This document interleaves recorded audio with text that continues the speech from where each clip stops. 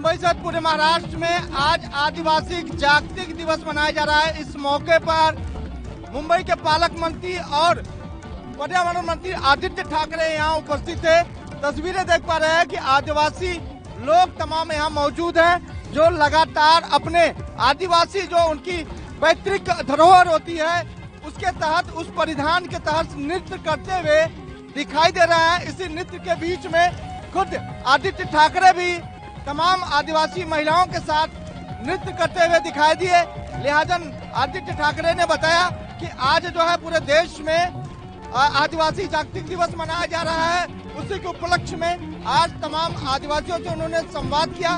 इस संवाद के दौरान उन्होंने बताया है कि जिस तरह से समाज में बाकी लोगों का स्थान है, ठीक उसी तरह से मुंबई के आर्य वासियों को भी उसी तरह का सम्मान स्थान दिया जाएगा। हालांकि उन्होंने यह भी कहा है कि आर्य में किसी तरह का पेड़ों की कटौती या फिर आदिवासियों के साथ भेदभाव नहीं किया जाएगा।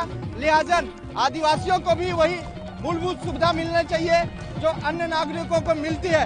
इस बीच आदित्य ठाकरे ने मीडिया से बात करते हुए तमाम जानकारियां दी। उन्होंने ये भी बताया कि आने वाले समय में आदिवासियों के लिए महाराष्ट्र सरकार अच्छे प्रकल्प लाने वाली है। लिहाजा आदिवासियों के लिए भी वही स्थान होना चाहिए जो अन्य लोगों के। फिलहाल एक बार फिर से तस्वीरें दिखाएंगे कि तमाम आदिवासी बंधु हैं जो लगातार यहाँ उपस्थित होकर अपने अपने जो उनके परिधान होते हैं उसके तहत दिखाई दिए। फिलहाल तमाम एक बार फिर से तस्वीरें दिखाएंगे कि तमाम यह आदिवासी लोग हैं जो यहाँ उपस्थित होकर अपने परिधानों के तहत जो है नृत्य करते हुए दिखाई। फिलहाल आदित्य ठाकरे ने कहा है कि जिस तरह से समाज में अन्य लोगों का स्थान है, ठीक उसी तरह के यहाँ के आदिवासियों को भी स्थान मिलना चाहिए। उसके लिए महाराष्ट्र सरकार लगातार प्रयासरत है। कैमरा पर्सन विनय सिंह के साथ मैं टोनी, एनवी मुंबई।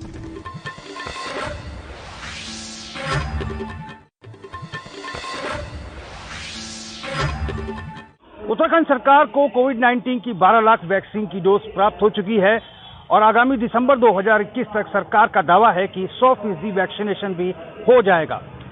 अब सरकार ने नया आदेश स्वास्थ्य महकमे को दिया है कि अब स्वास्थ्य महकमा झुग्गी झोपड़ी और मलिन बस्तियों में जाकर वैक्सीनेशन करेगी।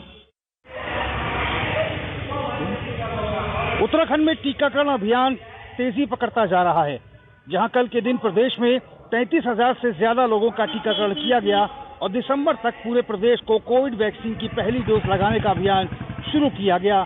तो अब सरकार ने आवास विहीन लोगों के साथ मलिन बस्तियों में रहने वाले लोगों का टीकाकरण करने का फैसला किया है। स्वास्थ्य विभाग की टीम अब घर घर जाकर लोगों का वैक्सीनेशन करेगी। इसी प्रकार की सहायता हमारी तरफ से होगी और हम लोग सब लोग प्रयास करेंगे, लोगों के घरों तक जाएंगे। आज हमने ये यहाँ से प्रारंभ किया है। मलिन बस्तियाँ हैं, झुग्गी झोपड़ियाँ हैं, जो आवास विहीन लोग हैं उनको सहायता करेंगे। सर, क्या ये वैक्सीनेशन भी मोबाइल वैन के जरिए वैक्सीनेशन साथ साथ वैक्सीनेशन भी होगा और जो मलिन बस्तियों में झुग्गी झोपड़ियों में रहने वाले हैं उनको पूरी तरह से किसी को नहीं छोड़ेंगे, सबको वैक्सीन भी देंगे और उनके साथ जो हमारी जो सहायता है वो भी करेंगे। अब सरकार ने जो निर्देश दिया है कि झुग्गी झोपड़ी और मलिन बस्तियों को घर घर जाकर वैक्सीनेशन करना है, तो स्वास्थ्य महकमे के सामने भी बड़ी जिम्मेदारी है। अब देखना होगा कि आगामी दिसंबर 2021 तक सरकार का ये फरमान कितना और किस हद तक पूरा हो पाता है। कैमरा पर्सन रमन जायसवाल के साथ मैं रोहित विक्रम सिंह, ANB न्यूज, देहरादून।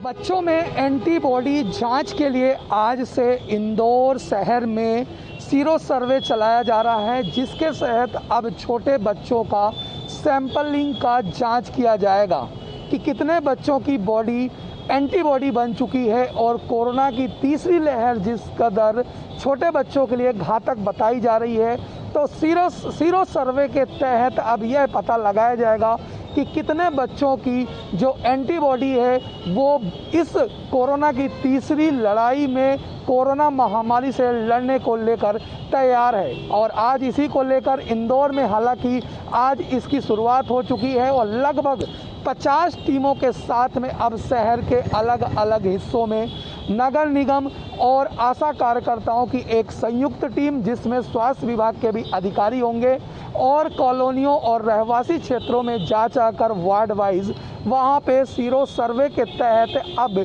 उन बच्चों की सैंपलिंग जांच की जाएगी और उनके माता पिता से पूरी तरह से अनुमति लेकर सीरो सर्वे के तहत उनकी सैंपलिंग की जाएगी। और हालांकि यह जो अभियान है ये करीब पूरे शहर में 7 से 8 दिनों तक चलाया जाएगा और इस पे मुख्यतः यही पता लगाया जाएगा कि किन बच्चों की जो कोरोना की तीसरी लहर है, जो छोटे बच्चों के लिए भयावह बताई जा रही है, 1 वर्ष से जो 18 वर्ष के कम उम्र के बच्चे हैं या युवा हैं जिन्हें अभी तक वैक्सीन नहीं लग पाई है, उनकी अब एंटीबॉडी जांच की जाएगी और कोरोना की तीसरी लड़ाई से लड़ने के लिए वो कितने सक्षम हैं और कितने मजबूत हैं और उनकी जो बॉडी है, एंटीबॉडी कितनी मजबूत है कि कोरोना की तीसरी लड़ाई में इस जंग को वो जीत सकते हैं। इन तमाम चीज़ों का सीरो सर्वे के तहत एक परीक्षण किया जाएगा और इसी को लेकर हालांकि आज इंदौर में इसकी शुरुआत की गई है और शुरुआत से पहले कलेक्टर मनीष सिंह ने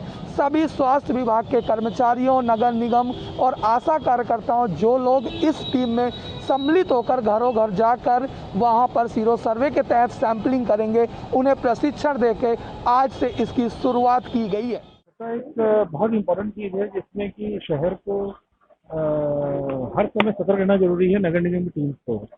और स्वच्छता के कारण न केवल इंदौर का नाम पूरे विश्व में हुआ है, एक गौरव हासिल हुआ है, यहाँ के लोगों की मेहनत जो थी इसको लेकर यहाँ के नागरिकों को गौरव हासिल हुआ है।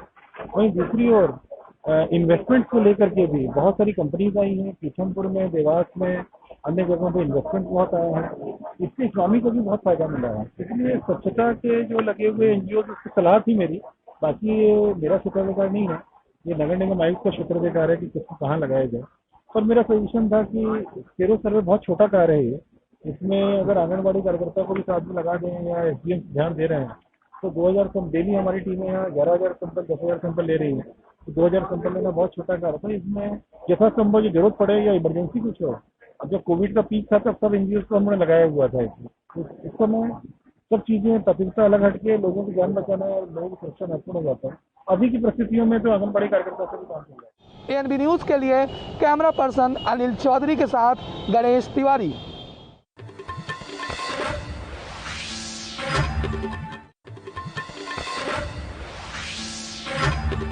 अल्मोड़ा के सांसद अजय टमटा इन दिनों अल्मोड़ा के दौरे पर हैं। इस दौरान सांसद ने अपने संसदीय क्षेत्र की कई सड़कों का शिलान्यास किया गया।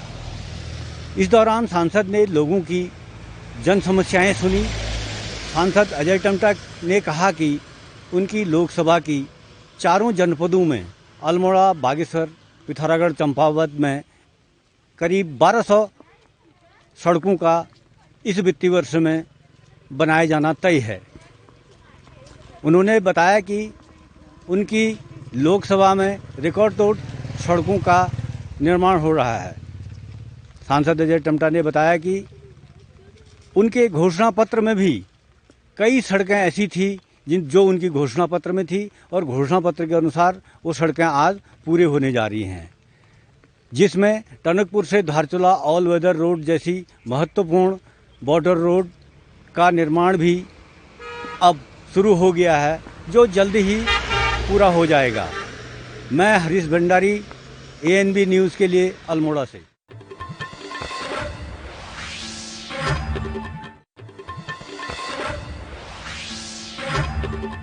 में 2 दिवसीय दौरे पर थे सपा के प्रदेश अध्यक्ष नरेश उत्तम। वही आपको बता दें कि मड़ियान विधानसभा क्षेत्र के ददरा गांव में शैलेश पटेल के यहाँ बूथ स्तर समीक्षा कार्यकर्ताओं की एक सम्मेलन किया गया, जिसमें काफ़ी संख्या में कार्यकर्ता उपस्थित है। वही प्रदेश अध्यक्ष ने लोगों से समीक्षा के बारे में जानकारी ली।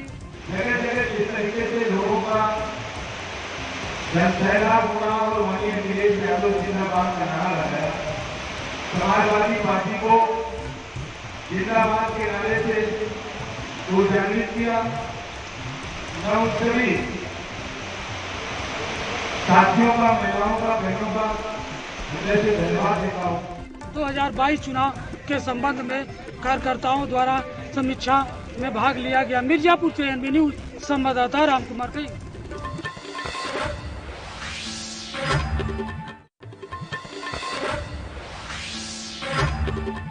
महंगाई को लेकर कांग्रेस कार्यकर्ताओं का रोड शो प्रदर्शन आज। बताते चले कि बढ़ती हुई महंगाई को लेकर कांग्रेस कार्यकर्ताओं के द्वारा पार्टी कार्यालय से उतरकर अंबेडकर प्रतिमा कलेक्ट्रेट होते हुए बसपा कार्यालय टांडा रोड होते हुए अस्पताल निकले। आइए जानते हैं क्या दिक्कत हो रही बढ़ती महंगाई को लेके। आज आप लोगों का रोड शो चल रहा है, क्या है पूरा? इस सरकार की इतनी चरम सीमा पे महंगाई है, डीजल, पेट्रोल, गैस सिलेंडर और बेरोजगारी फैली हुई है। पूरे देश में सुई से लेकर जहाज तक की व्यवस्था का सबका दाम बढ़ गया है। इनको डीजल, पेट्रोल, गैस सिलेंडर का दाम वापस लेना चाहिए, बढ़े हुए दाम को। आने वाले समय 2022 चुनाव नजदीक है, इस स्थिति में आप लोगों का क्या रणनीति बनी हुई है? महंगाई चरम पे है। इसी महंगाई के मुद्दे पे कांग्रेस सरकार बनने जा रही है, क्योंकि जब से कांग्रेस हटी है डीजल पेट्रोल आग लग गया है। जब तक डीजल पेट्रोल का भाव नहीं कम होगा महंगाई कम नहीं हो सकती। मेरे साथियों, तमाम लोग आश्वासन झूठा देते हैं। सपा बसपा के लोग क्यों नहीं कहते कि मैं 40 रुपये डीजल में दूंगा? मोदी जैसे 15 लाख का वादा करके आज सत्ता में है, ऐसे ये भी कह दीजिए कि अब मैं 40 रुपये डीजल पेट्रोल दूंगा, आज सत्ता में रहो। लेकिन कहीं ना कहीं से एक छलावा चल रहा है, बहुत बड़ी रणनीति चल रही है। लेकिन कांग्रेस महंगाई के मुद्दे पे लड़ती रहेगी। जनता का जब तक फायदा नहीं होता कांग्रेस लड़ती ही रहेगी। आप जिस तरीके से सभी कार्यकर्ताओं से बात हुई, उन्होंने बताया कि महंगाई जब तक रुकेगी नहीं तब तक ये महंगाई को लेकर सड़कों पे उतरे रहेंगे और अपनी बातों को लेकर आवाज को बुलंद करेंगे। वीडियो जर्नलिस्ट अविनीश के साथ आनंद कुशवाहा, ANB न्यूज, अम्बेडकर नगर।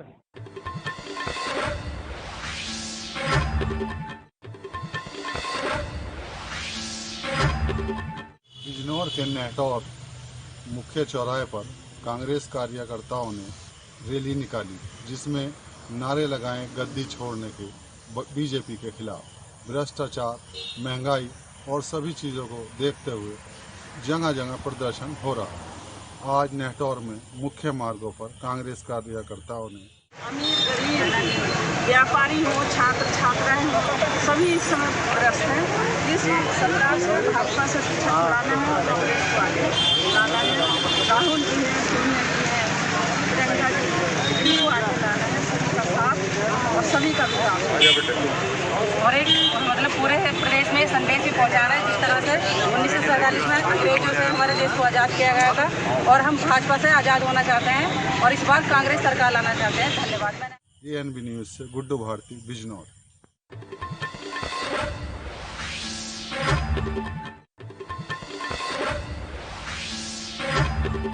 देश का और किसान का बड़ा मुद्दा किसान आंदोलन। इस वक्त गाजियाबाद के यूपी बॉर्डर पर हम मौजूद हैं, जहां पर लगभग 9 महीने हो गए किसान को आंदोलन करते हुए।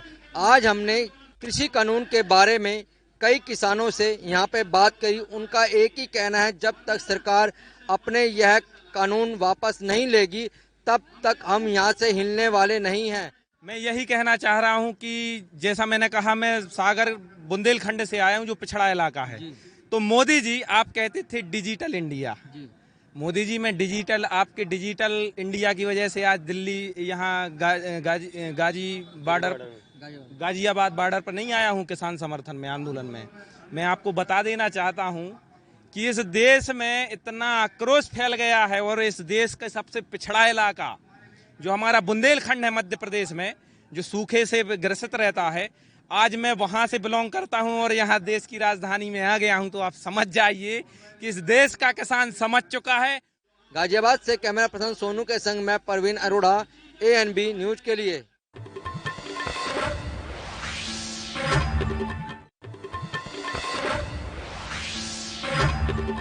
और यह जनपद में जमुना जी ने अपना रुद्र रूप दिखा दिया है। कई गांव थे वो पानी में जलमग्न हो गए हैं। वहीं पे हम आपको बता दें कि जो जमुना जी की मेन रास्ता थी वहां पे पुलिस प्रशासन भी अलर्ट किया गया है। जयपुर से आ रहे थे तो पता लगा यहाँ बस के जमुना के ऊपर से पानी है। बस पुलिस वालों ने रोक दिया है, बसों को जाने नहीं दे रहे कि दोनों कालकी का पुल और यहाँ ये शेरगढ़ घाट का पुल बंद है, इसलिए कोई बस नहीं आएगी।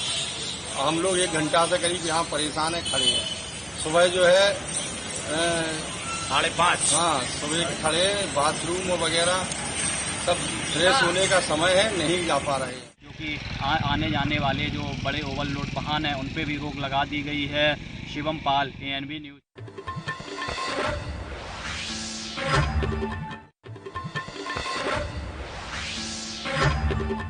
यमुना नदी का जलस्तर बढ़ने से तिरहाट क्षेत्र के दर्जनों गांव बाढ़ की चपेट में आ गए हैं। ऐसे में जो सरधुआ गांव है पूरी तरह से नहीं, तो सरधुआ और बांदा संपर्क मार्ग में पूरी तरह से बाधित हो चुका है। ऐसे में जो निरीक्षण करने पहुंचे राजापुर के जिला अधिकारी हैं, उनसे जानने की कोशिश करते हैं किस तरह की व्यवस्था की गई। सर, ये बाढ़ प्रभावित इलाका है, आप निरीक्षण में आए हैं, किस तरह की व्यवस्था की गई? देखिए, आप देख सकते हैं ये बेसिकली राजापुर और कमासीन मार्ग है और ये सरधुआ गाँव है। ये पूरी तरह से मार्ग बाधित हो चुका है। सारी गाड़ियां रोक दी गई हैं, जो बड़ी गाड़ियां जो चल रही थी, और यहाँ पे करीब 7 नावें चलाई जा रही हैं। जो लोग घरों में हैं और उनको सुरक्षित स्थानों पे लेके जाया जा रहा है। पास में ही एक स्कूल है जहाँ पे हमने राहत शिविर बना रखा है। वहाँ पे उनके रहने की, खाने की सारी व्यवस्थाएं, इनफैक्ट पशुओं की भी व्यवस्थाएं की जा रही हैं। चारा भी व्यवस्था किया जा रहा है, भूसा वहाँ पे रखवाया जा रहा है, और खुद सारी टीम जो हमारी प्रशासन की, पुलिस की सारी टीम लगी हुई है यहाँ पे, और ये कोशिश की जा रही है कि यथासंभव जितना पॉसिबल है और जितने कम समय में हो सारी मदद उनको पहुँचाई जाए। खुद सारे लोग ग्राउंड जीरो पे इस समय लगे हुए हैं, आप देख सकते हैं। सर, अब एक चीज़ जो बताया जा रहा है कि ये कोई हादसा हुआ है, ट्रक पलटी हुई है बाढ़ से बहाव, इसमें किसी तरह का किसी हताहत को नुकसान होने की खबर है? नहीं, अभी ऐसा कोई हताहत की सूचना नहीं है। हुआ क्या था कि कल रात को हम लोग खुद भी आए थे। कल जब ये मार्ग पे पानी जब से बढ़ने लगा तो ये हुआ कि ट्रैफिक इसको रोक दिया जाए, क्योंकि ट्रैफिक रोकने से ही सही रहेगा। अदरवाइज ये बीच में कभी न कभी कुछ चांसेस थे कुछ गड़बड़ होने के। तो हम लोगों ने दोनों साइड से आवागमन रोक दिया था। रात में किसी समय कोई एक नाव है ऐसे आ गया जिसके चलते जो है वो पानी में ट्रैप हो गया। एक नाव लेकिन कोई ऐसी दुर्घटना नहीं हुई है, वो बस पानी भरा हुआ है। जब पानी कम हो जाएगा ट्रक निकल जाएगा। ठीक। मैं आपको ऐसे भयावह मंजर दिखाऊं। ये सरधुआ गांव जब मेरे पीछे देख रहे हैं, इस गांव के जो पूरे किनारे तक है वो पानी भरा जा चुका है। ऐसे में प्रशासन की तरफ से तमाम तरह के दावे किए जा रहे हैं व्यवस्थाओं को लेकर, चाहे लोगों को घर तक पहुँचाने को, खाने पीने की सामग्री की बात हो, लेकिन कहीं न कहीं जो ग्रामीण है उन्हें भी अभी कई भयावह मंजर का जो सामना है वो करना पड़ रहा है। वीडियो जर्नलिस्ट सुरेंद्र पाटिल के साथ मैं सुनील निषाद, ANB। सांसद रमेश पोखरियाल निशंक द्वारा इस गांव को गोद लिया गया था, लेकिन आज भी इसके हालात ऐसे हैं कि अगर कोई बीमार हो, बुजुर्ग हो, बच्चे हों, उन्हें जब अपने वक्तव्य के लिए जाना पड़ता है तो इसी रास्ते से होकर गुजरना पड़ता है। और कई बार ऐसा होता है कि जो प्रसव पीड़िता होती है उन्होंने खेत में ही अपने बच्चे को जन्म दिया है, और कई बार जो बीमार आदमी है वो अपनी जान से हाथ धो बैठा है। कई बार ऐसा हुआ है कि 108 तो खैर यहाँ पहुँचने का मतलब ही नहीं, रास्ते और भौगोलिक स्थिति इस तरीके की है कि यहाँ पर कोई कार्य नहीं किया गया, और अगर कोई बीमार है और 108 की मदद चाहिए हो तो उस तक 108 की मदद नहीं पहुँचती है। अब देखने वाली बात यह है कि जो जिम्मेदार हैं वो किसी भी सरकार के रहे हों, उन्होंने यहाँ पर अनदेखी की। क्या आगे भी इसी तरीके का रवैया जारी रहेगा, या फिर जिस तरीके से इन लोगों ने चुनाव बहिष्कार की घोषणा की है उससे कुछ शर्म आकर इनकी ये सुध ली जाएगी? ANB के लिए रुड़की से मैं आदिल राणा।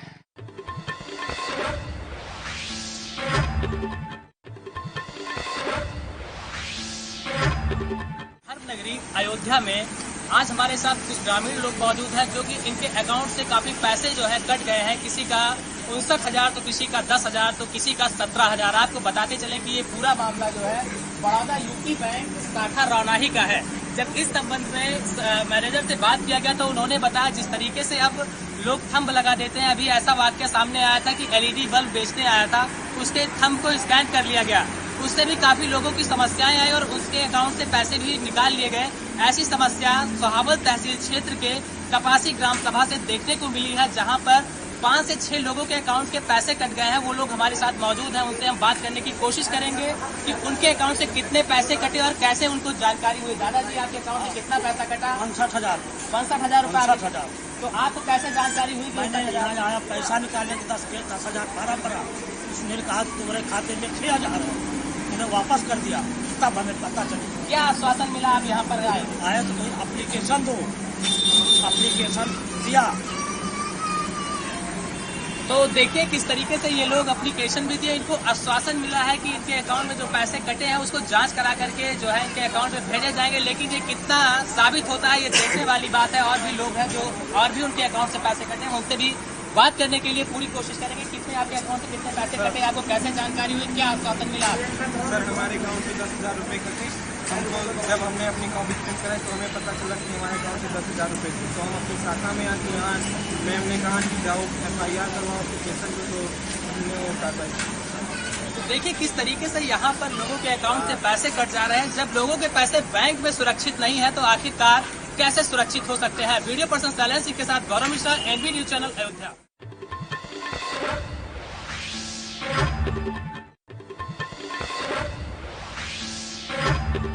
इस समय हम गोरखपुर जनपद के पिपरौली ब्लॉक के जरलही में खड़े हैं। आप ये देख सकते हैं कि एक प्राथमिक विद्यालय के पास हम मौजूद हैं।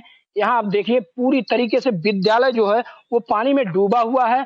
बात करें साफ सफाई की तो यहाँ पे साफ सफाई के नाम पे कोई भी व्यवस्था नहीं है। जैसे लग रहा है कई सालों से ये विद्यालय पूरी तरीके से बंद पड़ा है और इसे यहाँ देख रेख करने वाला कोई नहीं है। हालांकि सरकार का यह प्रयास है कि विद्यालय बंद होने के बावजूद वहां पर जो विद्यालय के रखरखाव है उस पे संबंधित विभाग ध्यान दें, लेकिन ये पूरी तरीके से यहाँ नाकामी साबित हो रहा है। यहाँ पे पानी पूरे विद्यालय पे लगा हुआ है। शौचालय भी पूरी तरीके से टूटे हुए हैं। बात करें रसोई घर की तो वो भी पूरी तरीके से क्षतिग्रस्त है। तो कुल मिलाजुला कर कहें इस तरह से प्राथमिक विद्यालय का कायाकल्प तो नहीं हो पाएगा। अगर सरकार का आदेश आता है और प्राथमिक विद्यालय भी कोविड गाइडलाइन के तहत खोले जाएं तो इस तरीके से तो बच्चे को पढ़ाई होना नामुमकिन है, क्योंकि जिस तरीके से हम दिखा रहे हैं, देखिए यहाँ पे पूरी तरीके से जो स्कूल का गेट है, जो आने जाने का रास्ता है, वो भी पूरी तरीके से क्षतिग्रस्त हो चुका है। स्कूल के विद्यालय में पानी लग चुका है। बच्चे तो यहाँ आके पढ़ाई बिल्कुल नहीं कर पाएंगे। हालांकि संबंधित विभाग, प्रधानाचार्य, टीचर और जो भी लोग हैं उनको ये व्यवस्था देखनी चाहिए कि विद्यालय का रखरखाव, बच्चे नहीं आ रहे हैं तो कम से कम विद्यालय का रखरखाव हो सके। विद्यालय का जो सरकार कायाकल्प करने के बारे में तमाम प्रयास कर रही है उस पे तो ये लोग पलीता लगाते नजर आ रहे हैं। एनबी न्यूज का प्रयास है कि जो प्राथमिक विद्यालय अपनी दुर्दशा पर रो रहे हैं जल्द ही उनका कायाकल्प हो और बच्चे जब स्कूल खुले तो यहाँ पे आके पढ़ें और एक अच्छा माहौल पाएं। लेकिन अगर इस खबर चलने के बाद भी जो संबंधित विभाग है इस पे संज्ञान नहीं लेता है तो ये कहीं ना कहीं सरकार की जो भी गाइडलाइन है, जो भी प्रयास है, उस पे पलीता लगाने का काम करेंगे। एनबी न्यूज के लिए गोरखपुर से गोविंद कुशवाहा।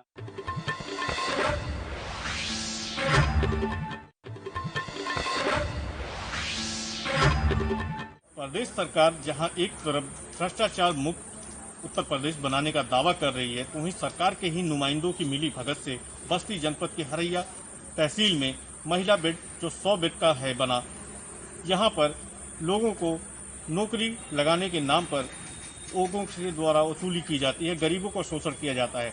यहाँ 50,000 रुपये से लेकर के 1.5 लाख 2 लाख रुपए तक की वसूली की जाती है और लोगों से ये कहा जाता है कि आप इतना दे दो, हम आपको सुपरवाइजर बनवा देंगे, वार्ड बॉय बनवा देंगे, नर्स बनवा देंगे।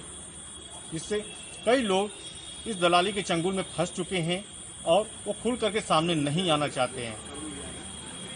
कुछ लोगों ने दबी जबान में ये कहा कि अगर हम मीडिया से कुछ कहेंगे या हम किसी से कुछ कहेंगे तो हमारी नौकरी भी जाएगी और हमारा पैसा भी चला जाएगा। अब देखने वाली बात ये होगी कि ऐसे दलालों के ऊपर कह लें या फिर ऐसे बेईमानों के ऊपर प्रशासन कब नकेल कसेगा। अपने सहयोगी संजय मिश्रा के साथ तौफीक खान, एनबी न्यूज, बस्ती।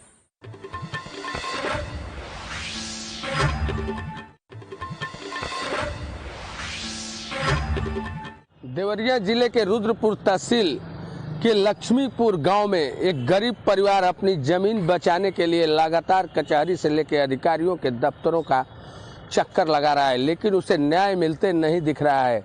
बता दें हम कि तहसील दिवस के दिन भी परिवार के मां बाप और अपने छोटे बच्चे को लेकर और न्याय की गुहार लगाते हुए तहसील दिवस के दिन जमीन पर बैठ के न्याय के लिए अधिकारियों के सामने गिड़गिड़ा रहे थे, लेकिन अधिकारी वर्ग उन परिवार का सुनने को तैयार नहीं थे। यह मामला है रुद्रपुर के लक्ष्मीपुर का, जहां अपनी जमीन पर दबंगों द्वारा कब्जा किए जाने का आरोप लगाते हुए परिवार के मुखिया और बच्चे जमीन पर बैठकर हाथों में दफ्ती लेकर न्याय की भीख मांग रहे हैं। लेकिन वहीं पे जिम्मेदार अफसर जो तहसील दिवस में जाते हैं उनकी नज़र नहीं पड़ती है और उनके कागजों और आदेशों को गलत बताते हुए लगातार उन्हें टरकाया जा रहा है। इसके पीछे बताया जा रहा है कि दबंगों का काफ़ी कर्कश है और वो मजबूत लोग हैं, यह पीड़ित परिवार का कहना है। लेकिन जो सरकार की मंशा है कि गरीबों को जमीनी स्तर पर न्याय दिया जाए और इनको हर हाल में सही तरीके से एक व्यवस्थित करके समाज को व्यवस्थित किया जाए, वह कहां तक पूरा होते दिख रहा है, या इस परिवार की मांग के आगे सब कुछ दिख रहा है, लेकिन इनको न्याय कब मिलेगा, कैसे मिलेगा, इसका कोई भी अभी जवाब नहीं है। और परिवार आखिर कितने दिन तहसीलों में और जिला के कलेक्ट्रेट कचहरी में जमीन पर बैठ कर न्याय मांगता रहेगा, जब तक अधिकारी संजीदा होकर न्याय देने को आगे नहीं आएंगे। देवरिया से कैमरामैन अभिजीत के साथ विशाल मिश्रा, NB न्यूज।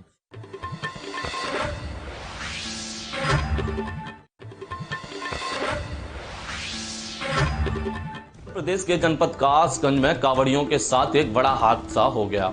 इस घटना में 2 कांवड़ियों की मौत हो गई, जबकि हादसे को अंजाम देने वाला कैंटर चालक सहित 3 लोग घायल हो गए। सूचना पर पहुंची इलाका पुलिस ने दोनों मृतकों के शवों को पोस्टमार्टम के लिए भेज दिया है। वहीं घायलों को उपचार के लिए नजदीकी अस्पताल में भर्ती कराया गया है। आपको बता दें, प्रदेश के मुखिया योगी आदित्यनाथ ने कोविड-19 के चलते सावन मास में कांवड़ यात्रा पर रोक लगा दी थी, लेकिन उत्तर प्रदेश के जनपद कासगंज में यह यात्रा मात्र दिखावे तक सीमित रही। यही कारण रहा कांवड़ कासगंज के जनपद के लहरा गंगा घाट से कांवड़ भरकर गंतव्यों की ओर जा रहे थे। वहीं कांवड़ियों के जत्थों को तेज रफ्तार कैंटर ने रौंद दिया। इस भीषण हादसे में 2 कांवड़ियों की मौत हो गई, वहीं पर 2 कांवड़िया घायल बताए जा रहे हैं।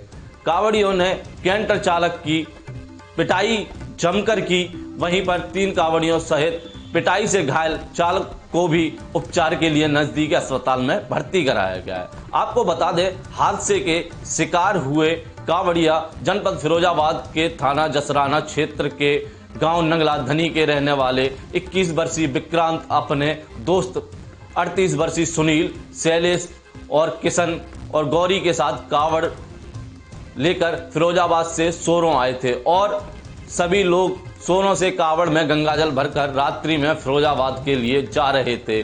सोरों के गोरा गांव के समीप तेज रफ्तार से आ रहे कैंटर ने उन्हें रौंद दिया, जिस हादसे में विक्रांत और सुनील की दर्दनाक मौत हो गई। वहीं पर 3 चालक सहित 3 लोग घायल हैं, जिनका उपचार जारी है।